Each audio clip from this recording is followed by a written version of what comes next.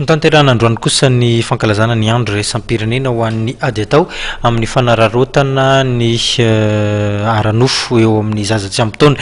Tetsy amin'ny hôtel panorama moa nizoran'ireo hetsika fankalazana izany andro iraisam-pirenena izany natao teo ambany fiahian'ny Praiministra lehibe ny gouvernemanta.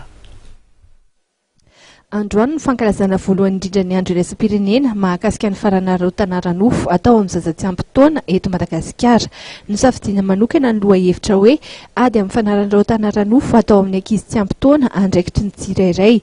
Raha ny vokatry ny fanadihadiana izay nataona fikambanana tsy miankina ny taona 2014 dia mahatratra 710 ireo trangana Zaza tsy ampy taona eo amin'ny sehatry ny fivarota-tena tao anatin'ny faritra sivy eto Madagasikara. Ny 30% amin'ireo dia ahitana trangana herisetra ara-nofo mianjady amin'ireo Zaza tsy ampy taona ireo.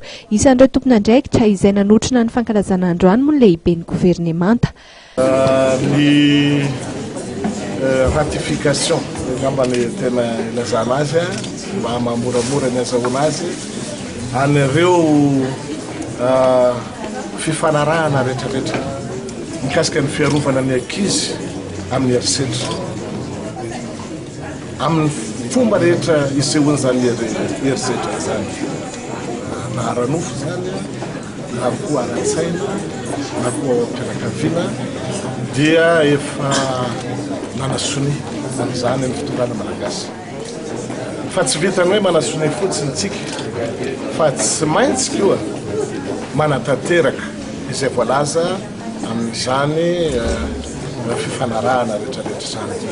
Zanatsika ireo menaky ny aina araky ny filazan'ny malagasy azy, somby ny aina, zay no fomba ilazantsika ny ankizy, ny zanaka ka tokony ho tompona andraikitra traratranytsika amin'ny fiarovana ny ankizy, amin'ny fiarovana ny zanatsika.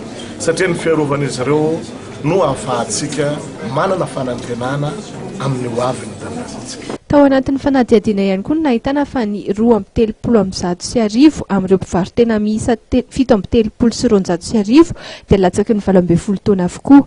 Manomboka eo amin'ny 17 taonany ireo tovovavy kely no manomboka miditra amin'ny asa fivarota-tena. Matetika dia ny fahantrana eo anivon'ny tokantrano misy azy ireny no manosika ireo ankizy hivarotena. Saika misy aza ireo ray aman-dreny no mampirisika na mivarotra mihitsy aza ireo zanany amin'izay be vola. Ny olana nefa ireo tompon'andraikitra ny anivon'ny fiarahamonim-pirenena dia misy ireo olambony no manao izany fanararaotana ara-nofo ny ankizy izany saingy ny fanasaziana azy ireny no tsy mbola misy.